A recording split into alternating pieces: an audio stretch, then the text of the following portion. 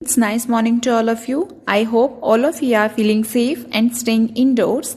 Today we will do our chapter number 16, the 5 kind of workers from our Olivia book of class 8th. So students, let's start our chapter. Get ready to read. A man can't do every work alone. He has to depend on others.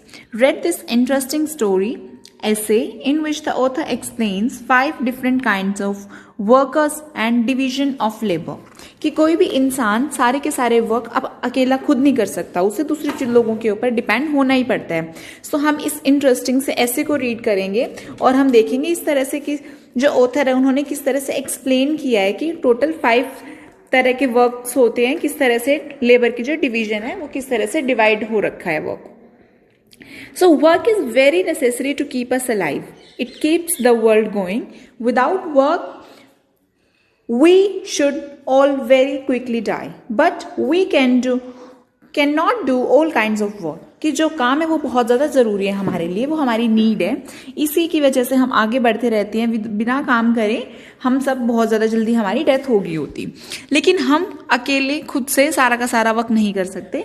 It has to be done by different kind of workers. कि हर एक काम करने के लिए अलग अलग workers होते हैं, अलग अलग लोग होते हैं. There are 5 main types of worker. Totally world में 5 तरह के वर्कर्स हैं.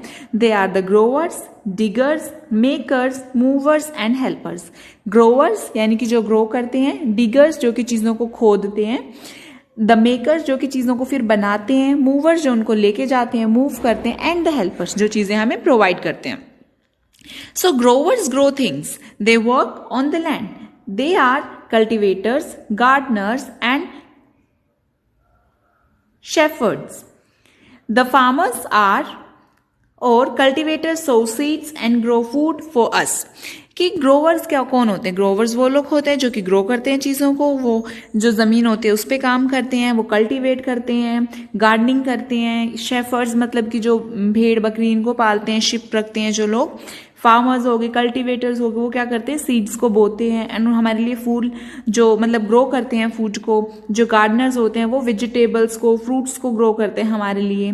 जो शेफर्ड्स होते हैं वो काउज को, शिप को, इनको पालते हैं, उनसे हमें दूध मिलता है. दे ग्रो वूल, उससे फिर हमें ऊन मिलती है. Shepherds also supply milk and ghee.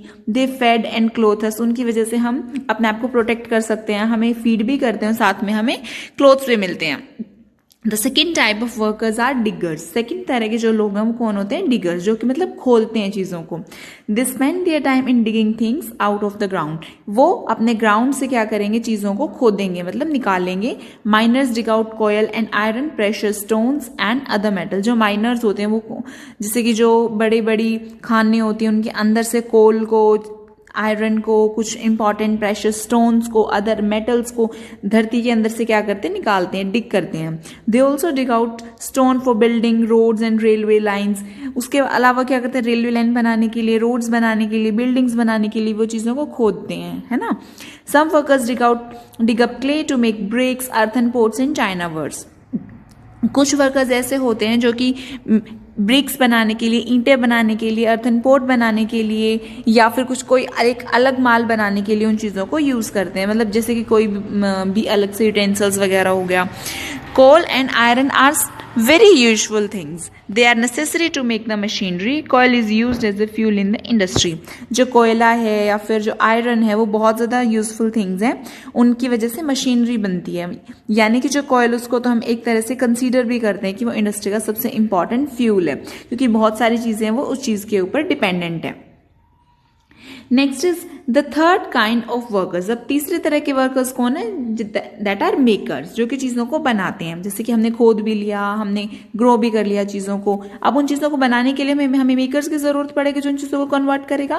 Like the makers can not work until the growers have grown things and diggers have dig up things. कि जो मेकर्स हैं वो तब तक काम नहीं कर सकते जब तक कि ग्रोवर्स उन चीज़ों को ग्रो ना करें या फिर डिगर्स उन चीज़ों को डग ना करें. जब वो चीज़ें हमारे पास होंगी तभी तो हम उसे किसी चीज़ को किसी दूसरे के अंदर से कन्वर्ट करेंगे. लाइक कोल है, आयरन है, उन चीज़ों को तभी तो हम अलग अलग चीज़ों में यूज में लाएंगे अगर हमारे पास मेकर्स होंगे तो. Things that are dug out of mines are copper, iron and tin. जो चीज़ें खानों में से निकाली जाती हैं, आयरन हो गया, कॉपर हो गया, टिन हो गया. Things can not be made out of nothing. ऐसी कोई भी चीज़ है जो फिर कि ऐसी कोई भी चीज़ें नहीं बनती जो कि किसी भी चीज़ की हेल्प से ना बने। Cloth is made from cotton, like जो कपड़ा है वो कॉटन से बनता है। Machinery is made from iron and coal, machinery से किस चीज से बनता है, जैसे आयरन से, कोल से। So the workers of this type make use of material supplied by growers and diggers.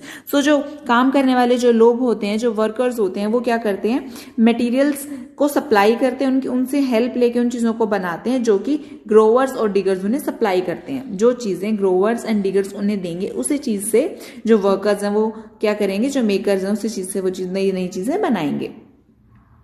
The fourth type of workers are the movers. अब वो चीजें बनके तैयार होगी। अब आपने कोई भी फैक्ट्री लगाई, ठीक है, सबसे पहले आपको रॉ मटेरियल चाहिए, उसके बाद आपको उसका अलग हेल्प के लिए आपने कोई भी थिंग को, आपने कोई भी गुड्स को आपने मेक कर लिया, आपने उनको बना लिया, उसके बाद आपने एक फैक्ट्री एस्टेब्लिश करके उन चीज़ों को बना लिया। अब आपको क्या करना है, उसको पूरे के पूरे वर्ल्ड में, पूरे इंडिया में आपको भेजना है। भेजने के लिए आपको किसकी जरूरत पड़ेगी, मूवर्स की। The 4 type of workers are the movers. तो 4 टाइप के वर्कर्स कौन है, movers. They are very useful and necessary. These workers help in moving things from one place to another, क्योंकि इन्हीं मूवर्स की वजह से एक जगह से दूसरी जगह तक सामान जाएगा। They move things to the desired place, जहां पे सामान की रिक्वायरमेंट हुई, जिस सामान की रिक्वायरमेंट हुई वहां पे मूवर्स उन्हें पहुंचाएंगे। So a lot of workers are busy in moving things. So बहुत सारे वर्कर्स चीजों को मूव करने में बिजी हैं। They are railway man, car driver and motor drivers. तो ये सब क्या है, उनके एग्जाम्पल्स हैं। Next is the 5th type of worker are called helpers. अब 5वें तरह के जो वर्कर्स हैं वो कौन है, helpers. The helpers do not grow, dig, make and move things. जो हेल्पर्स होते हैं वो ग्रो नहीं करते हैं, डिग नहीं करते हैं, बनाते नहीं हैं और मूव भी नहीं करते हैं। Yet they are workers, but still वो वर्कर्स हैं। Like the teachers teaches us, जो टीचर होते हैं वो हमें टीच करते हैं, लाइक मैं आपको कर रही हूँ।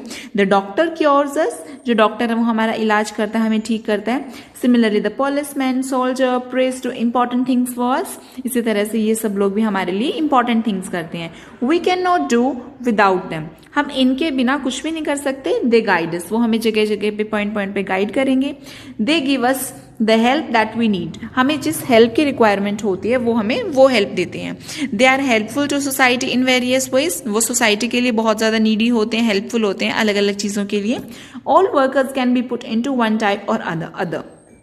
Shopkeepers can be called movers, although they do not move things over long distances like the railwaymen, yet they work as movers. जितने भी वर्कर्स होते हैं वो क्या करते हैं, एक ना एक तरह का कोई ना कोई तो काम करते ही हैं। जैसे कि शॉपकीपर्स हैं, अब उनको भी हम मूवर्स वाली कैटेगरी में डाल सकते हैं। जैसे कि वो चीज़ों को मूव नहीं करते, वो लॉन्ग डिस्टेंसेस पे नहीं लेके जाते, जैसे कि रेलवेमैन है, बट फिर भी हम शॉपकीपर्स को मूवर्स बोलेंगे। Why, because they hand over things to customers, जो वो अपने कस्टमर्स को क्या करते हैं, चीजें प्रोवाइड करते हैं। So most of the things in our homes and the world are made by the combined effect of different type of workers. कि हमारे घर में जितने भी चीज तरह के काम हो रहे हैं, जितने भी वर्क्स हो रहे हैं, वो क्या है, एक तरह से कंबाइंड एफर्ट है सभी के सभी तरह के जो वर्कर्स हैं उनसे। Let us take the example of the walls of, अपने घर का एग्जाम्पल ले लो। A digger dig up the clay, जो एक खोदने वाला होता है वो क्या करता है, क्ले को डिग अप करता है। The maker made the clay into bricks, जो मेकर होता है वो उन ब्रिक्स को कन्वर्ट करता है ईंटों में। The mover brought the bricks where the builder wanted them, कि जो बनाने वाला होता है वो क्या करता है, मूवर जहाँ पे हमें ज़रूरत होती है, जहाँ हमें अपना घर बनाना होता है, वो उन्हें वहाँ पे लेके आते हैं। And the workers provided things that people wanted, और जो वर्कर्स होते हैं, जो उसमें काम करने वाले लोग होते हैं, वो उन चीज़ों को फिर लेके आते हैं। जैसे अगर सीमेंट की ज़रूरत हो सीमेंट वाले आते हैं, ईंटों की ज़रूरत हो ईंटों वाले आते हैं, इस तरह से। The early man used to do all this work himself, पहले वाले टाइम में क्या होता था, सब लोग अपना काम खुद करते थे। Each man build his own house and made the furniture for his use, कि हर एक इंसान अपना घर खुद बनाता था, उसमें फर्नीचर खुद से बनाता था। He grew all his own food and his wife made all the clothes for the family, कि वो अपना खाना वगैरह खुद से ग्रो करता था। जो उनकी वाइफ होती थी वो चीज़ों को टेक केयर करती थी, उनकी देखभाल करते थे, लाइक क्लोथ्स वगैरह के लिए। But soon man found that it was much better to divide the work among them, but जल्दी ही क्या किया, जो मैन ने इस तरह से डिवाइड कर लिया अपने वर्क को कि कोई इंसान क्या काम कर सकता है. It was a better plan. By doing the same kind of work we can do it more quickly. अगर हम इस तरह से एक तरह से जैसे काम करें तो हम वो काम जल्दी भी कर लेते हैं, क्योंकि हम एक्सपर्ट हो जाते हैं उस चीज़ की. And easily this enables the workers to make a thing more quickly and easily. इसी वजह से जो वर्कर्स होते हैं वो काम को जल्दी भी कर लेते हैं और क्विकली भी कर लेते हैं. This plan is known as the division of labour. इसको हम डिवीजन ऑफ लेबर भी बोलते हैं. And the division of labour makes it possible for us to fulfil our various needs. इसकी वजह से डिवाइड करने की वजह से लेबर को हम वो काम बहुत ज़्यादा जल्दी कर सकते हैं जिस चीज़ की हमें ज़रूरत हो. So students, that's all about the chapter. I hope आपको अच्छी तरह से चैप्टर समझ में आया होगा. But if you have any doubt और any query then you can directly comment in the comment section. For the exercise and textual question we will do the same in our next part. Okay students, thank you very much. Have a beautiful and lovely day. Take care of yourself.